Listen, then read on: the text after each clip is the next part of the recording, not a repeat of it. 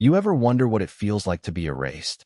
To wake up one morning and realize that everything you thought defined you, every title, every legacy, every connection that tied you to history itself, has been wiped clean?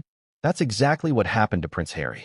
Overnight, the man who once carried the weight of a century-old dynasty on his shoulders, who spent his entire life in the public eye, was officially disowned by the very family he was born into.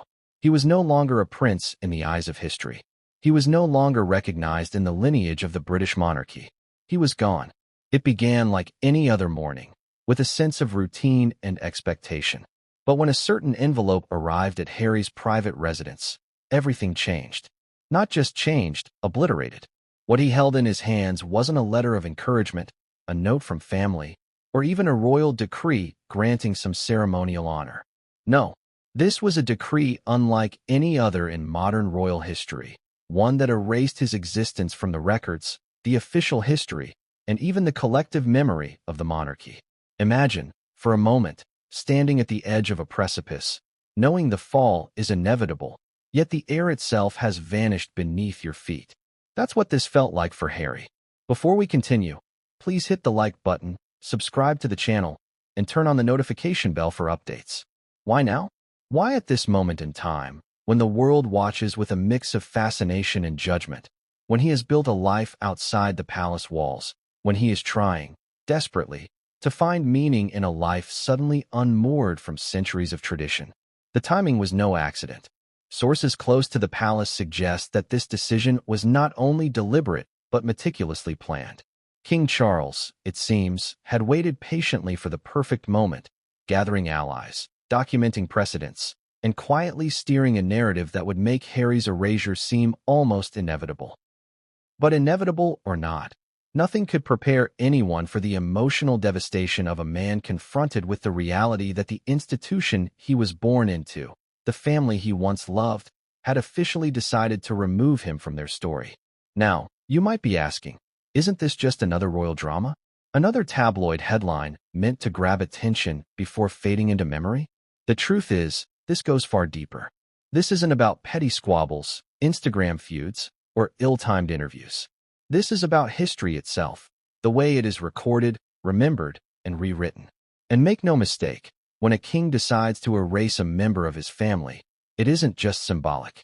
It affects inheritance, it affects legal standing, it affects how the world perceives the monarchy and its legacy. And it affects the man at the center of this storm, leaving him grappling with something more painful than any public scandal: the loss of identity. Think about it. A person can lose a job, a relationship, even public favor. But being stripped from history is something else entirely. It is an existential erasure. It's the difference between being defeated and simply ceasing to exist in the annals of time. For Harry, every photograph, every public appearance, every charitable endeavor now carried a shadow. The official narrative no longer recognized him. Official documents, biographies, family trees, and royal archives would, from this day forward, omit his name. His life would be footnoted at best, a cautionary tale of what happens when one steps too far outside the bounds of expectation. And yet, even in this moment of devastation, Harry's story is far from over. There is a human element here, one that the palace will never fully capture in its clinical pronouncements. Behind the headlines and public statements, there is heartbreak, anger, confusion, and a desperate attempt to understand how one can be so fully loved and so completely abandoned by the very people who brought him into the world. His allies, those who have stood by him through every scandal, every media storm, every personal tragedy, are scrambling to offer support, yet many feel powerless against the machinery of history being rewritten in real time. Meghan Markle, of course, is at the forefront. The Duchess, whose own struggles with royal protocol and public scrutiny are well documented, is said to have reacted with a mix of fury and determination. Privately, sources suggest, she vowed not to let this go unchallenged. Her anger, though often criticized in public discourse as performative, is rooted in a profound sense of injustice. And yet, even with her intervention, the machinery of the palace, with its centuries-old rules and networks of loyalty, is not easily swayed. Harry's fate, for now, appears sealed. It is impossible to ignore the irony of the situation. Here is a man who devoted his life to causes larger than himself, who sought to build bridges across continents, who used his platform to shed light on mental health, veterans' issues, and social justice. And yet, the very institution that should have supported and celebrated these achievements has chosen, instead, to erase them. History, it seems, is cruel in its impartiality. And when the king decides that a chapter does not belong in the story, the repercussions are immediate and irreversible. But what about the public, you might wonder? The world has watched Harry and Meghan's journey with fascination, often dividing opinion between admiration and skepticism. When news of the erasure broke, social media erupted. Headlines screamed betrayal, outrage, and shock. Fans, critics, and casual observers alike flooded online spaces with speculation. Was this a long overdue reckoning? A vindictive act of royal authority? Or was it a strategic maneuver designed to consolidate power within the family and eliminate dissent? The truth, as always, is layered, complex, and riddled with contradictions. Even now, palace insiders whisper about the meetings that led to this unprecedented decision. Late-night councils, private memos, and confidential correspondence between Charles and key advisors paint a picture of meticulous planning. According to sources, nothing was left to chance. Every potential legal challenge was anticipated, every public reaction measured, every emotional blow calculated. For Harry, it was a lesson in power, loyalty, and the cold, unyielding nature of monarchy. And yet, amid all this, there remains a glimmer of something profoundly human: disbelief. Harry cannot reconcile the man he knew as his father with the king who sent this decree. The same man who once held him as a child, who once celebrated his milestones, has now, in effect, declared that Harry no longer belongs. Can you imagine the weight of that realization? The disbelief, the betrayal, the staggering sense of loss. It is a human tragedy wrapped in the gilded trappings of royalty. What makes this story even more compelling, and what will keep you glued to every chapter of this exposé, is the question of what comes next. Because history may erase Harry from its formal records, but it cannot erase the consequences. The ripple effects are already spreading through every corner of the monarchy, from William and Catherine's careful navigation of public perception to the quiet tension among extended family members who suddenly find themselves questioning their own loyalty and legacy. Every public appearance, every charitable act, every statement Harry makes will now carry the weight of this erasure. He is, in a sense, a man navigating the world as both insider and outsider simultaneously, a duality that few could endure without breaking. And so, we are left with the question that hangs over every frame of this story. How does a man reclaim a life that the world has officially decided does not exist? Can history be rewritten once more to include him? Or is this truly the final word, the irrevocable judgment of a king who wields centuries of authority with surgical precision? But what makes this even more dramatic, and what you need to know before we dive deeper, is that there are secrets yet to be revealed. Letters that have never been made public, conversations that were meant to remain hidden, and alliances that could shift the balance of power at any moment. In the coming chapters, we will uncover everything: the private deliberations, the whispered betrayals, the unexpected allies, and the shocking consequences that will leave the royal family and the world forever changed. And just when it seems there is no hope left for Prince Harry, a revelation emerges, subtle but undeniable, suggesting that even when history tries to erase you, the truth has a way of insisting on being heard. But what came next would change everything, and no one saw it coming. It arrived like a silent thunderclap, an envelope that carried more weight than any crown, medal, or title ever could. Prince Harry had seen plenty of official correspondence in his life: letters from ambassadors, invitations to global events, formal notices about charitable honors, but nothing could prepare him for this. The seal was embossed with the royal crest, the signature unmistakable: King Charles. And yet, what lay inside wasn't a commendation or a routine reminder of duty. It was a verdict, a declaration, an erasure. Imagine holding a document that, in a single paragraph, redefines your entire life. That's exactly what Harry faced. The decree began formally, as all royal communications do, with phrases meant to soften the blow. It is with consideration and careful deliberation, but the language quickly became chillingly precise. Prince Henry Charles Albert David of Wales is hereby removed from the official lineage of the royal family. All titles, privileges, and recognition are rescinded, and his existence shall no longer be recorded in the official annals of the monarchy.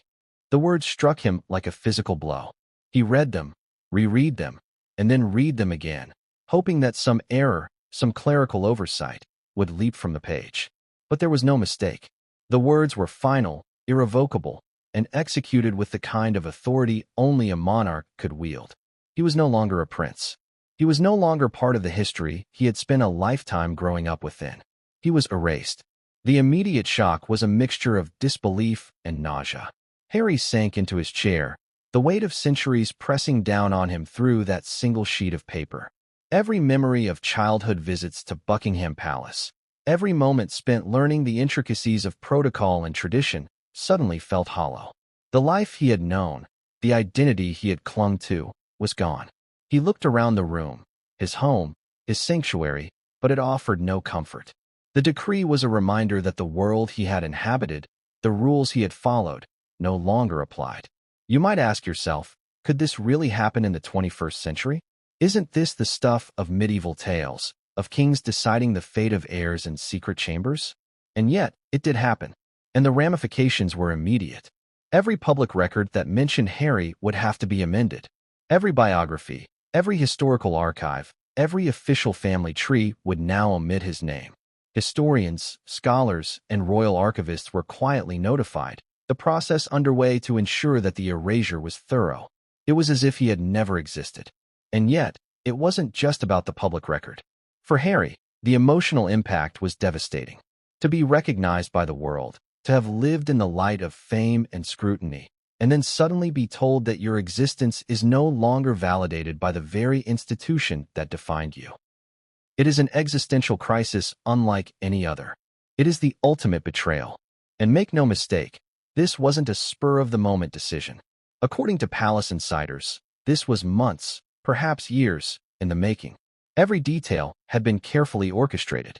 Every potential reaction, every legal avenue, every public sentiment had been anticipated. Meghan, upon learning of the decree, reacted with fury. Sources suggest she was not only angry but determined. "We are not going to let this stand," she allegedly told Harry in a private conversation, her voice a mix of desperation and defiance. But even her determination could not immediately reverse what had been set in motion. The machinery of the palace is slow, deliberate, and notoriously opaque. Every action taken is calculated, every response weighed against centuries of precedent. And when a king decides that a chapter should be excised, there is little that can be done to challenge it, at least in the traditional sense. As the news of the decree leaked, carefully, strategically, through trusted channels, the world reacted with a mixture of shock, outrage, and fascination. Headlines splashed across international media. Prince Harry erased from royal history. Monarchy's final decision. Disowning the prince. King Charles writes the final chapter. Social media erupted with speculation and commentary. Some applauded the move, calling it long overdue. Others decried it as cruel, vindictive, and unnecessarily harsh. The public discourse mirrored the tension within the palace walls, divided, emotional, and impossible to ignore. But even as the world buzzed, Harry faced the quieter, more intimate repercussions. How do you explain to friends, allies, and charitable partners that your existence has been officially erased? How do you navigate a life where every introduction, every title, every accomplishment is suddenly invalid? The decree was not just a statement, it was a weapon. And Harry, for the first time in his life, was on the receiving end. The emotional toll was compounded by the sudden realization of isolation. Those who had once supported him within the palace, trusted aides, advisors, distant family members, were forced into uncomfortable positions. Some quietly distanced themselves, unwilling to challenge the king's authority. Others offered words of support, but could do little in the face of an institutional decision backed by centuries of tradition. Even the most loyal allies found themselves navigating treacherous waters, where speaking out could result in repercussions for their own positions and careers. And yet, In this crucible of shock and betrayal, there were flickers of defiance. Harry did not break immediately. He did not crumble under the weight of centuries of authority. Instead, he began to think strategically, considering how to respond, how to reclaim some measure of agency in a situation designed to strip him of all control. But even this defiance was tempered by the harsh reality. The king had anticipated every move, every challenge, every possible avenue for resistance.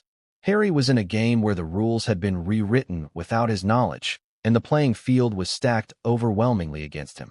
What made this even more dramatic was the historical precedent, or, more accurately, the lack of it.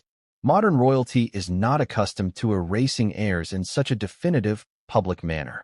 Throughout history, there have been disgraced princes, exiled heirs, and disputed successions. But to formally remove a living member of the royal family from official records in the 21st century is unprecedented. And the implications for the monarchy, the public, and the very idea of legacy are staggering. It raises questions not only about power and authority, but about morality, fairness, and the human cost of maintaining an institution that is as much about perception as it is about governance. Harry's reaction was intensely personal. He reportedly spent hours in reflection, pacing his home, rereading the decree, and imagining the conversations it would spark. Could he ever face his family again without the shadow of this document looming over him? Could he participate in public events, interviews, and charitable engagements knowing that officially he no longer existed? These were questions with no easy answers. And yet, amid the turmoil, there was a sense of urgency, a realization that inaction would allow the narrative to solidify without contestation. The palace had made its move. Harry needed to respond. But even in considering a response, the road ahead was fraught with uncertainty. Legal recourse was limited. Public opinion could only do so much. The monarchy's internal mechanisms are designed to protect the institution, not individual members, and any challenge to the king's authority would be met with procedural resistance, public messaging, and, likely, further strategic moves. The emotional weight of erasure was compounded by the stark reality that the deck was stacked overwhelmingly against him. Yet Harry's story is never just about despair. It is also about resilience, strategy, and the human spirit. In the days following the decree, he began to quietly assess allies, reach out to trusted confidants, and consider unconventional strategies to reclaim narrative control. Some sources suggest he explored private letters, archival documents, and historical precedents that could support his position. Others hint at discussions with legal teams, media strategists, and international contacts, all aimed at navigating a situation designed to erase him from history entirely. And then there was the question of Meghan. Her influence, her determination, and her willingness to confront the palace machinery added a new layer of tension and possibility. Where Harry was momentarily paralyzed by shock, Meghan was fueled by urgency and anger. She pushed for immediate action, insisting that the world and history could not be allowed to accept this erasure as permanent. Her presence, both as ally and strategist, injected a sense of movement into a situation that otherwise felt frozen in despair. But there was more. Whispers began to emerge. Whispers of secret meetings, of private communications, of advisors who had long-standing grievances with Harry's public persona. Could it be that his erasure was not only the king's decision, but the product of a broader conspiracy within the palace? Were there forces at work whose goal was not only to remove him from official records, but to ensure that his influence, both public and private, would be minimized for generations to come? The full weight of the situation was staggering. For Prince Harry, every day now carried the tension of anticipation, waiting for the next move, calculating the potential fallout of every word spoken in public, every interaction in private, every engagement with the media. The decree was only the beginning. Its consequences would unfold in ways no one could yet predict, touching everything from public perception to family dynamics, legal standing, and personal identity. And yet, despite the fear, the betrayal, and the profound loss, there was an undeniable spark of resolve. Harry knew that while history may attempt to erase him, narrative and memory are not so easily controlled.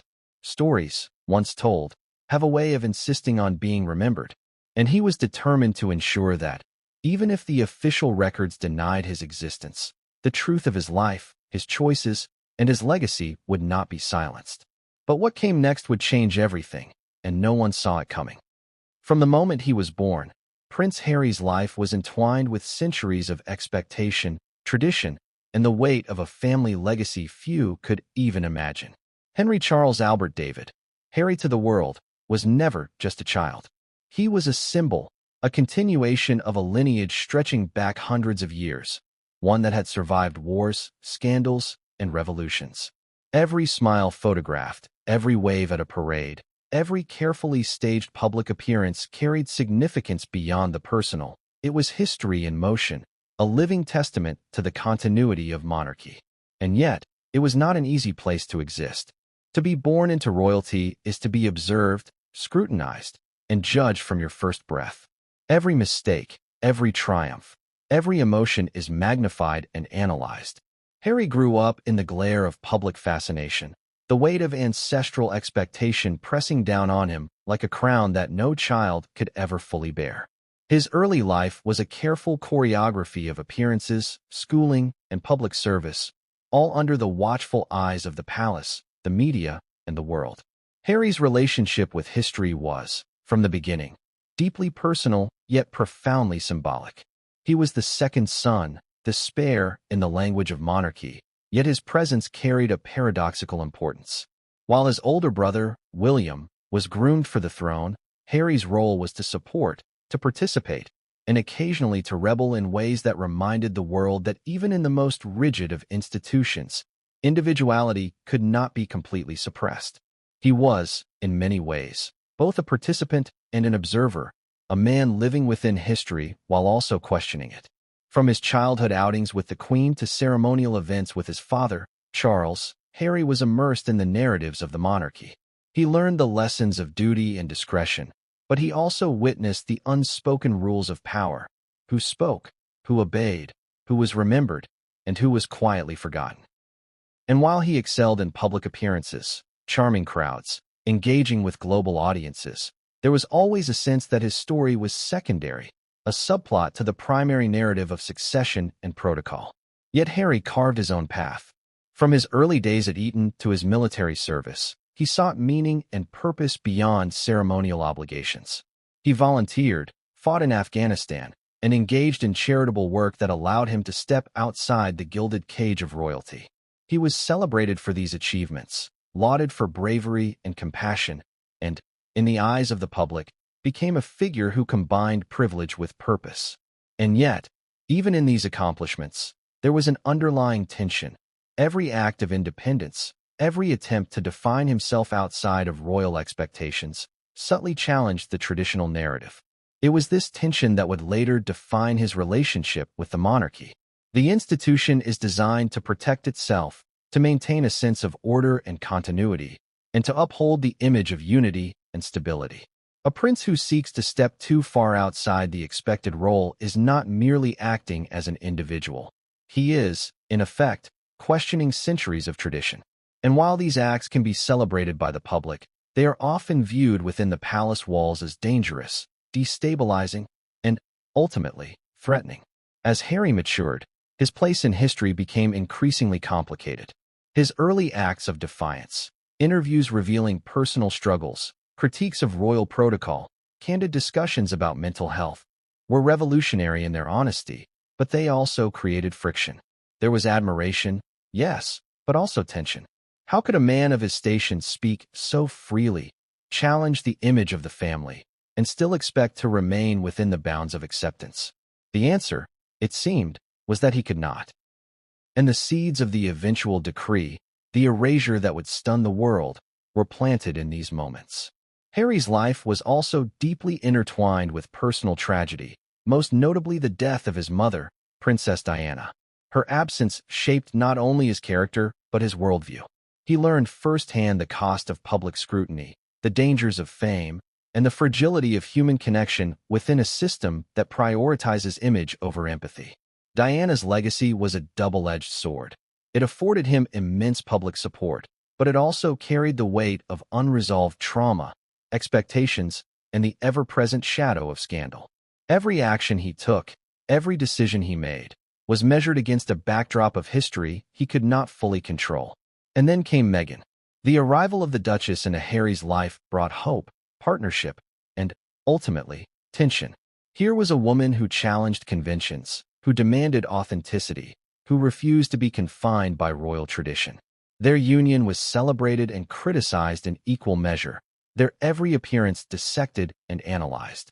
To the world, it was a modern love story. Within the palace, it was another challenge to the established narrative.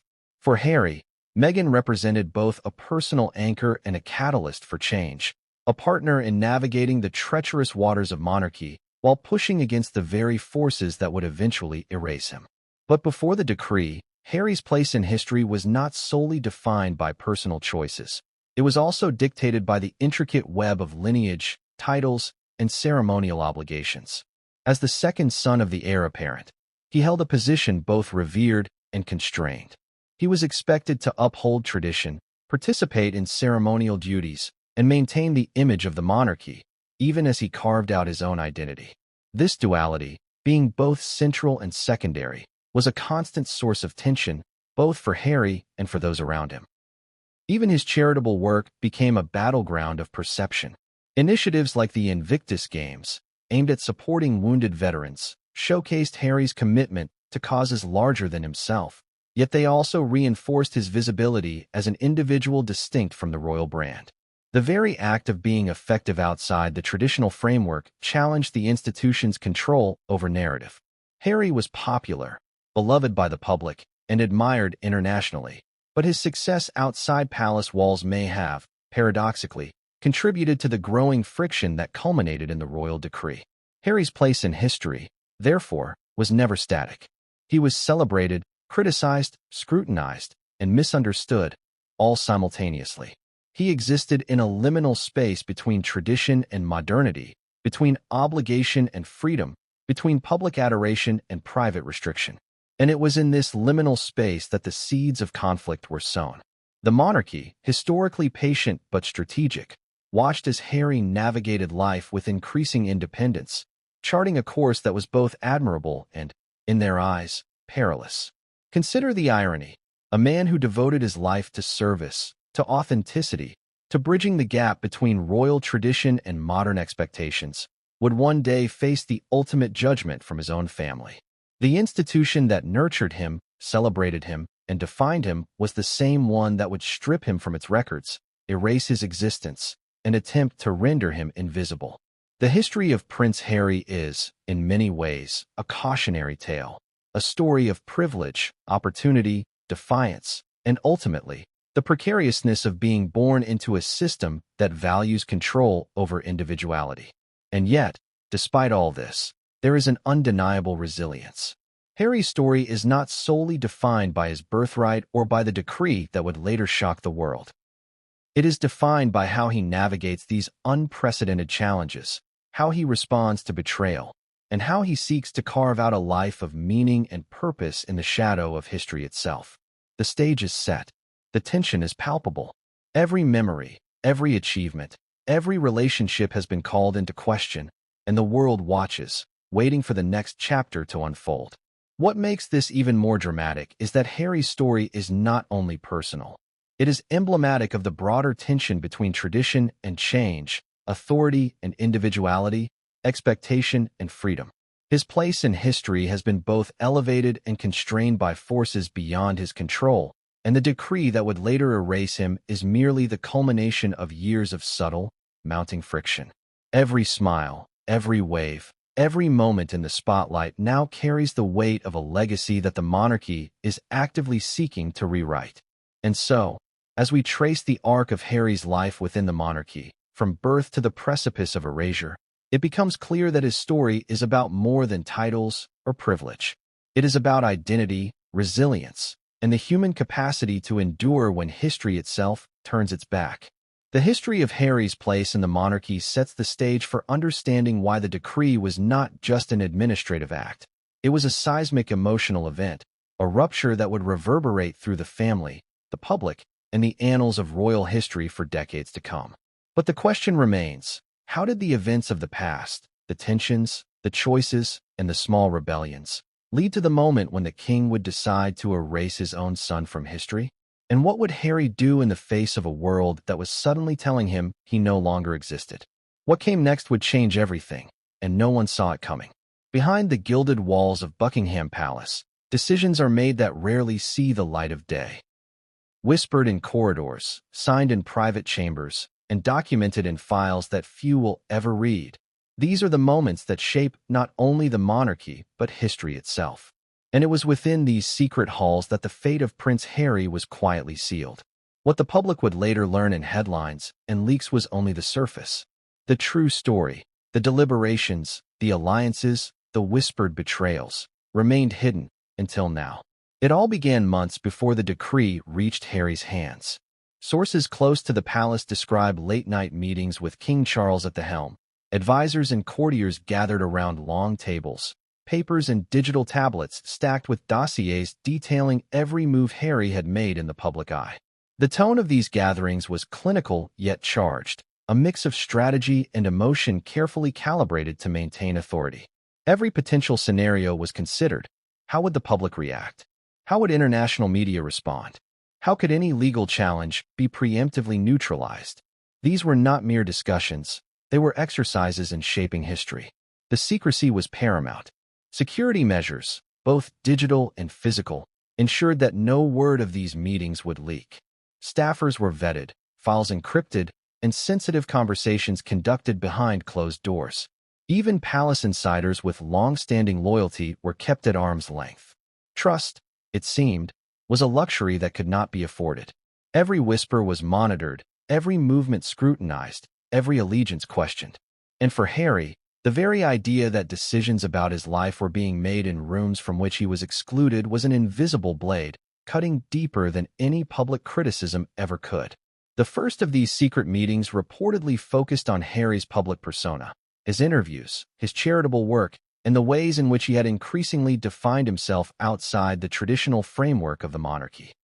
Advisors debated the implications of his actions, weighing public admiration against internal disruption. One senior aide, speaking on condition of anonymity, described the tone as quietly furious, almost obsessive in its analysis. Every photo, every quote, every speech Harry had given was dissected for both opportunity and threat. The conclusion, according to multiple sources, was unanimous. Harry's trajectory could no longer be tolerated. It was in these meetings that alliances began to form.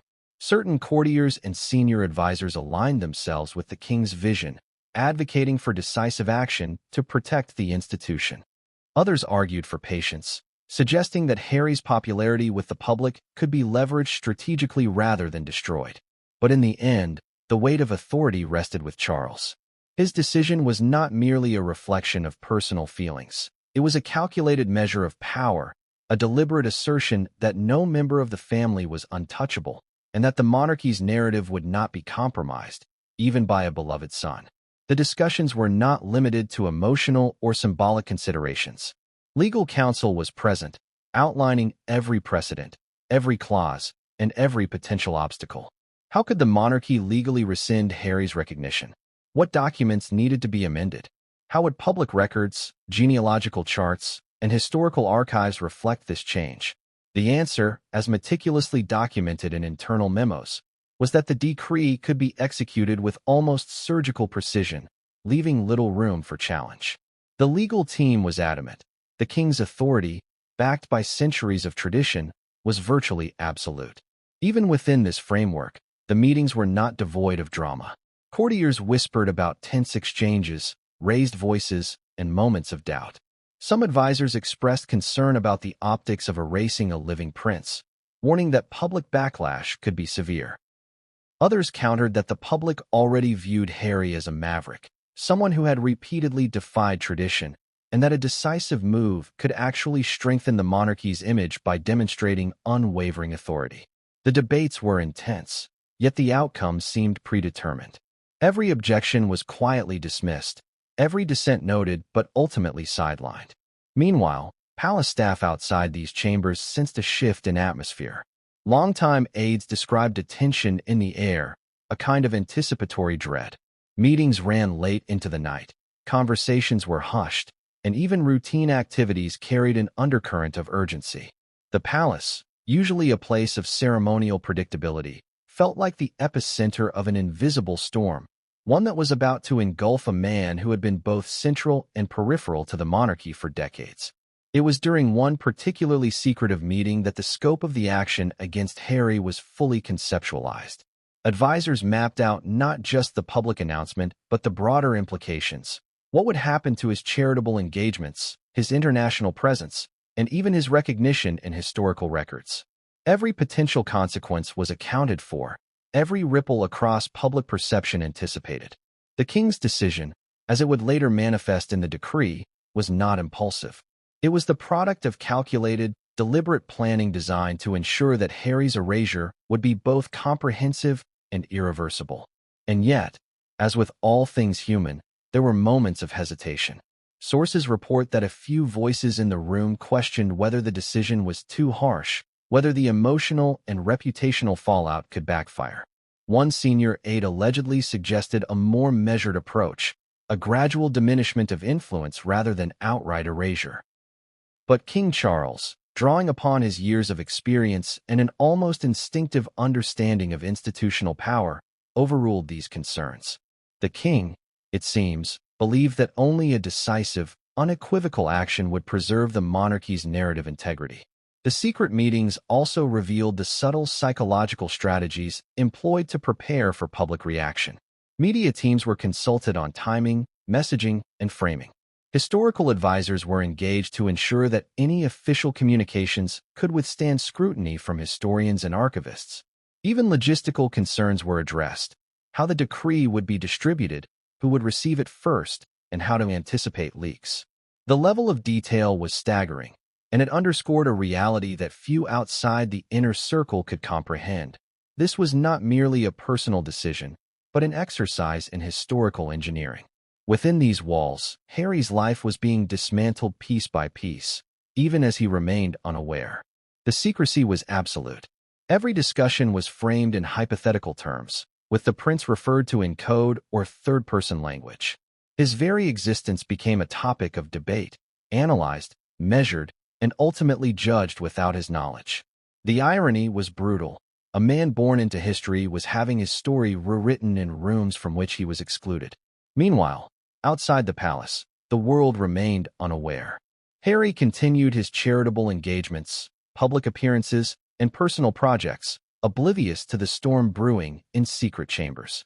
Yet every move he made was being scrutinized, cataloged, and assessed by the very institution preparing to erase him.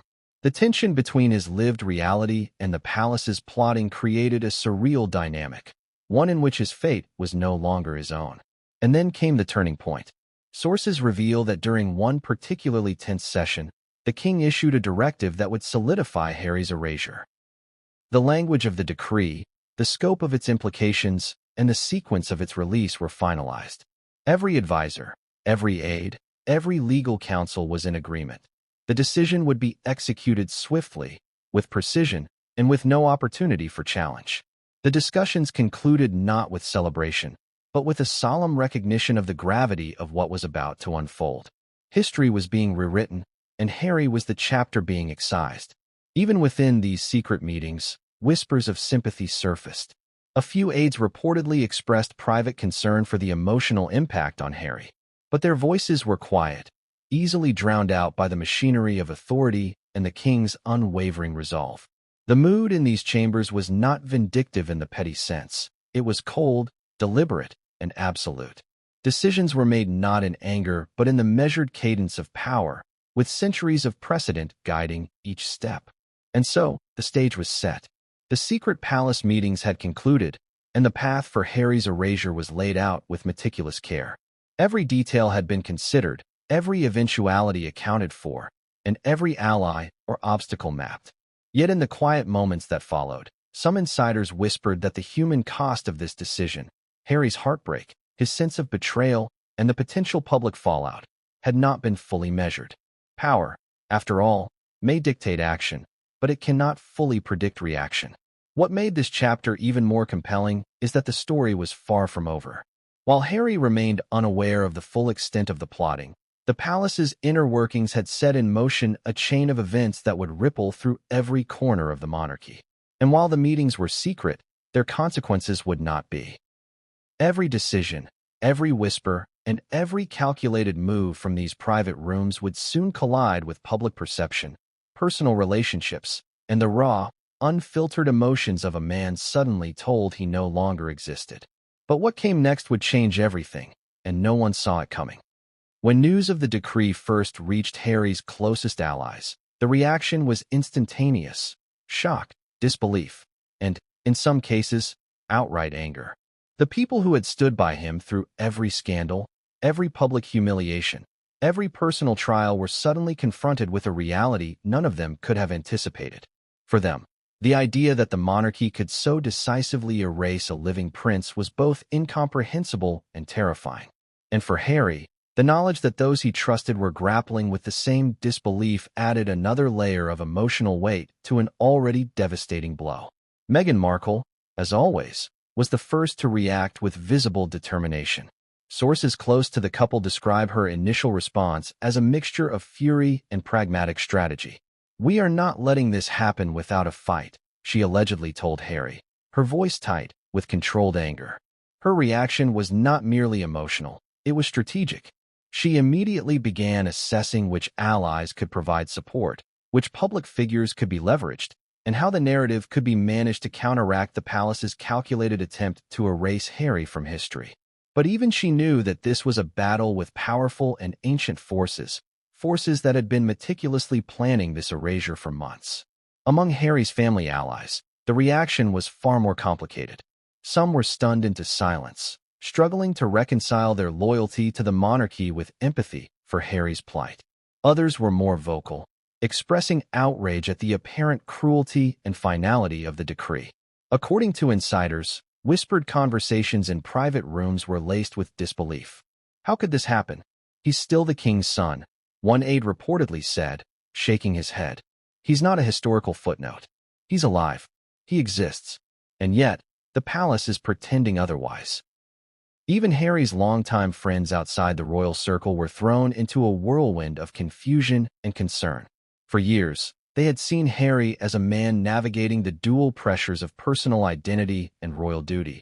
But this was unlike anything he had faced before. Friends who had provided emotional grounding suddenly felt powerless, watching as a man they cared about was systematically erased by the very institution that had defined his life. Calls, messages, and late-night conversations became frantic attempts to process the unimaginable, offering support while recognizing that very little could be done to undo the decree. One particularly dramatic account comes from a senior aide who had long worked closely with Harry. According to their recollection, the aide had spent hours attempting to strategize, weighing options for legal action, media engagement, and public messaging. "We were in uncharted territory," the aide said. "Nothing in modern royal history had prepared us for this. Every decision felt like walking on a tightrope over a canyon of consequences." The emotional toll was palpable. For those who had once enjoyed privileged access to the inner workings of the monarchy, the decree represented a profound disruption, not just to Harry, but to the very structure they had sworn to serve. In addition to personal relationships, the decree had immediate professional consequences. Harry's charitable organizations, foundations, and public engagements were suddenly in a state of uncertainty. Allies who had worked closely with him on international initiatives were unsure how to proceed, worried about the legal and reputational implications of continuing their association with a prince officially erased from history. Even media outlets that had previously celebrated his public service began grappling with the question: how do you cover someone who, officially, no longer exists? The reactions of Harry's allies were not limited to shock. They were often laced with fear. Fear of reprisal, fear of being caught in the crossfire of palace politics, and fear of being implicated in actions that could be construed as disloyal. The palace, after all, operates with both visible authority and subtle influence. Those who speak out against its decisions risk consequences that may not be immediately apparent, but can shape careers, reputations, and relationships for years to come. Allies found themselves navigating a treacherous path, balancing the desire to support Harry with the realities of institutional power. Yet amid the shock and fear, there was also a remarkable display of loyalty and determination. Meghan, in particular, emerged as both strategist and emotional anchor, pushing for proactive measures to counteract the palace's narrative. Sources suggest that she reached out to journalists, legal advisors, and public figures, carefully coordinating a response designed to protect Harry's legacy and, crucially, assert his existence in the public consciousness. Her efforts were not just reactive. They were offensive, aimed at creating a narrative that the palace could not simply overwrite. Interestingly, not all reactions were supportive. A few allies expressed hesitation, questioning whether confronting the monarchy so directly might exacerbate the situation. There were whispered arguments about whether Harry should maintain a low profile, issue measured statements, or step back entirely. These debates, while well-intentioned, only added to the complexity of the situation. Every action taken by an ally had consequences, every statement carried weight, and every misstep risked amplifying the very erasure they sought to combat. The emotional spectrum among Harry's allies ranged from disbelief to outright anger, from strategic planning to helplessness. It was a human reflection of the stakes at hand. These were not merely political calculations.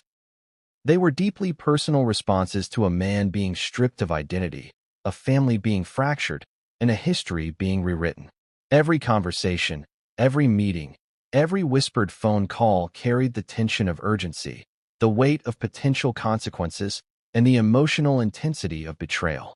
One particularly striking account comes from a close family friend who had long acted as a confidant. They reportedly told Harry, "You are still the son of the king, no matter what the decree says. But the palace is acting as if you are invisible. It's cruel, calculated, and unprecedented." The words underscore the duality of the situation. Harry remained alive, present, and active in the world, yet institutionally, he was being denied recognition. The emotional dissonance was staggering. How do you reconcile the knowledge of your own existence with the formal declaration that it no longer matters? Even the public's perception played into the Allies' responses. Social media, always a double-edged sword, became both a source of support and concern. Fans expressed outrage, empathy, and solidarity, yet every post, comment, or shared article carried the risk of provoking further action from the palace. Allies had to navigate not only their personal and emotional responses, but also the broader implications of public engagement. Every move was measured, calculated, and fraught with the potential for unintended consequences. Amid all this, one constant emerged: Harry was not alone. Despite the shock, despite the fear, despite the unprecedented nature of the decree, there were individuals within his orbit who remained steadfast. They recognized the gravity of the moment, the emotional toll, and the stakes involved. They offered guidance, support, and strategy, even as they grappled with the realization that the palace's machinery was formidable, relentless, and well-prepared. Their loyalty was both a lifeline and a challenge, as they attempted to navigate a path that would allow Harry to reclaim some measure of agency in a situation designed to strip him of all control. And yet, for all the preparation, strategy, and support, there remained a haunting question. Could any of it truly matter against the authority of a king, the weight of centuries, and the meticulous planning that had gone into his erasure? Allies could advise, strategize, and support, but they could not undo the reality that Harry had been formally removed from the official lineage of the royal family. The decree, after all, was not merely symbolic. It carried legal, historical, and institutional force. But what made the unfolding drama even more intense was that not all allies were equally aware of the full scope of the palace's plans. Some had been kept in the dark about the extent of the erasure, the specific language of the decree, and the full breadth of its implications. When the details finally emerged, the shock among even the most loyal confidants was profound. They realized that the situation was not just about public humiliation or media spectacle. It was about a complete, deliberate removal of a living person from history itself. And so, as Harry processed the initial shock and leaned on the support of his closest allies, the stage was set for a new chapter in this saga. Every action, every strategy, and every emotional response would now be tested against an institution determined to maintain control. Allies could offer guidance, encouragement, and loyalty, but even their best efforts could not fully shield Harry from the unprecedented reality of being erased. The question loomed: how far would his allies go to protect him? And more importantly, how would Harry respond to a world that was suddenly telling him he no longer existed? But what came next would change everything, and no one saw it coming. The moment the decree was leaked to the press, the world erupted. Headlines flashed across television screens, social media feeds, and news websites with a velocity and intensity that would have made any seasoned royal advisor's head spin. Prince Harry erased from royal history, screamed one tabloid. Another, King Charles removes son from family legacy. Within minutes, millions of people were sharing, commenting, and debating, the story spreading like wildfire across continents. The media storm had arrived, and it showed no mercy. For Harry, the experience was surreal. Until that moment, he had been grappling privately with the decree, confiding in Meghan and his closest allies. But the instant the news became public, the personal trauma was compounded by the collective gaze of the world. Every image, every quote, every previous accomplishment was suddenly being reassessed under the shadow of erasure. Social media users debated the morality of the king's decision. Some celebrated it as a necessary assertion of authority. Others decried it as cruel, unnecessary, and deeply unfair. Hashtags trended. Opinion columns proliferated. The storm was global. What made the media's reaction particularly striking was the speed and intensity with which it escalated. Even publications known for careful analysis jumped on the sensationalism. The royal family's internal communications teams scrambled to craft statements, attempting to manage perception while keeping as many details under wraps as possible. But controlling a story once it hits the public domain is like trying to hold back a tidal wave with your bare hands. Every new article, tweet, and broadcast added fuel to the fire. Harry's allies watched the unfolding chaos with a mix of concern and helplessness. Legal teams began drafting potential responses. Media strategists debated whether Harry should release a statement, go on a televised interview, or remain silent and let the palace narrative dominate. Every move carried risk.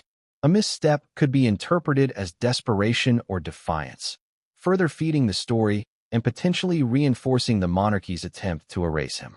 Even for those experienced in crisis management, the speed, magnitude, and emotional intensity of this media storm were unprecedented. At the heart of the storm was the human drama. The story resonated because it touched on universal themes: betrayal, injustice, the fragility of identity, and the struggle to maintain agency against overwhelming power.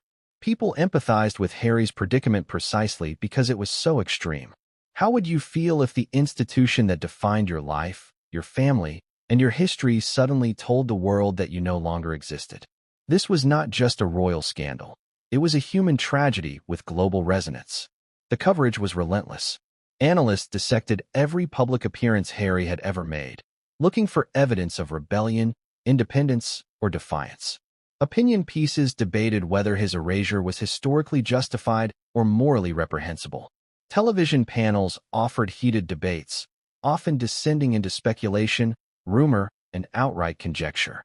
And through it all, Harry and Meghan remained under the microscope. Their every reaction, every social media post, every charitable engagement analyzed and interpreted as either compliance, defiance, or protest. Even the normally stoic palace communications team struggled to manage the fallout. Statements were issued, retracted, and revised as public pressure mounted. Carefully worded announcements about the decree's procedural and legal basis were often overshadowed by viral social media posts, memes, and commentary from celebrities weighing in on the drama. The global reach of the story amplified the stakes exponentially. What might have been a controlled, private family matter had now become a public spectacle, one that would dominate news cycles for weeks, if not months. Harry's own public perception became a battleground. Fans and critics alike projected their opinions, fears, and expectations onto him. Admirers praised his courage, framing him as a victim of an oppressive institution. Critics questioned his behavior, framing the erasure as a long-overdue consequence of rebellion against tradition. Every comment, tweet, and post became part of the narrative, feeding the tension between public perception and private reality. For Harry, this created a surreal and emotionally taxing environment, where the personal was inseparable from the public. Interestingly, the media storm also exposed fractures within the monarchy's own communication strategy. Some outlets hinted at palace leaks, suggesting that certain advisors were strategically releasing information to shape public perception. The decree, while ostensibly formal and administrative, had become a story of intrigue, manipulation, and secrecy. Journalists speculated endlessly about motives, alliances, and hidden tensions. Who had pushed for Harry's erasure? Who had opposed it? And why had the decision been made at this precise moment? Every report, every analysis, only added layers of complexity to an already intricate story. The international reaction was no less intense. Across Europe, North America, and Asia, media outlets covered the story with varying degrees of sensationalism and analysis. Some framed it as a betrayal of familial duty. Others emphasized the historical significance, noting that few royal families in modern history have formally removed a living member from official lineage. Across social media, the debate became heated, with hashtags like #PrinceHarryErased trending worldwide. Every new wave of coverage amplified the emotional impact, keeping the story alive and continuously evolving. Meanwhile, Harry's allies scrambled to manage both the personal and professional fallout. Social media teams, legal advisors, and communication strategists coordinated responses. Private messages were sent to key supporters, encouraging measured statements and careful public appearances. Meanwhile, Meghan remained a forceful presence, pushing for proactive engagement with media outlets that could help counterbalance the palace narrative. She recognized the importance of controlling at least part of the story, even as the official decree sought to strip Harry of recognition entirely. But the media storm also introduced unpredictability. Sensational reporting, leaks from unnamed sources, and speculation about palace motives created a narrative that was only partially under the couple's control. Every new revelation or rumor sparked another wave of analysis, often contradictory to previous reports. This unpredictability heightened the tension, creating a sense of urgency and emotional volatility. For Harry, the storm was not merely about perception. It was about survival, agency, and the preservation of his personal and historical identity. The psychological toll of the media scrutiny cannot be overstated. A man accustomed to public attention, scrutiny, and judgment suddenly found himself at the center of an entirely new dynamic, a coordinated global narrative aimed at erasing his legacy. The emotional stakes were immense. Every interview, every social media post, every public statement had to be considered not only for its content, but for its potential to reinforce or counteract the palace's intentions. The pressure was relentless, the consequences deeply personal. Even as the storm intensified, cracks in public perception began to emerge. Some commentators began questioning the morality of the palace's actions, highlighting the human cost of such an erasure. Others raised historical comparisons, noting that while monarchs have wielded immense power, few have undertaken actions so absolute against living family members. This debate fueled further media coverage, prolonging the storm and ensuring that the story would remain in the public consciousness for weeks to come. Amid this chaos, Harry's response, or strategic lack thereof, became part of the narrative. Allies debated the merits of issuing statements, engaging with media outlets, or remaining silent. Every choice carried risk. Speaking out could be interpreted as defiance, reinforcing the narrative that he had stepped outside acceptable bounds. Remaining silent could allow the palace to dominate the story, framing his erasure as justified or unchallenged. The tension was a delicate balance, with every decision magnified by global attention and historical significance. And yet, despite the storm, there were moments of solidarity and support. Public figures, celebrities, and international leaders expressed empathy, some openly criticizing the palace's actions. Fans organized online campaigns to defend Harry's legacy, creating hashtags, sharing interviews, and circulating historical evidence of his contributions. These waves of support offered both emotional sustenance and a potential counter-narrative, reminding Harry that even as history was being rewritten, perception and memory could still be influenced. But the media storm was only the beginning. It set the stage for the next phase of the drama. The private revelations, palace confrontations, and strategic maneuvers that would define Harry's fight to reclaim agency in a world that had suddenly declared him non-existent. Every headline, every tweet, every news broadcast became part of a larger narrative, a prelude to the events that would follow in secret chambers, private letters, and carefully orchestrated interventions. And just when it seemed the storm could not intensify further, a series of leaks hinted at something even more shocking. Evidence that the erasure was not merely symbolic, but carefully coordinated with palace insiders, advisors, and possibly even extended family members. The whispers, the rumors, and the emerging details created a new layer of suspense, suggesting that the consequences for Harry were far from over. But what came next would change everything, and no one saw it coming. Deep within the vaulted archives of the palace, hidden among centuries of correspondence, ceremonial documents, and historical records, lay letters that Harry would never see, at least not until much later.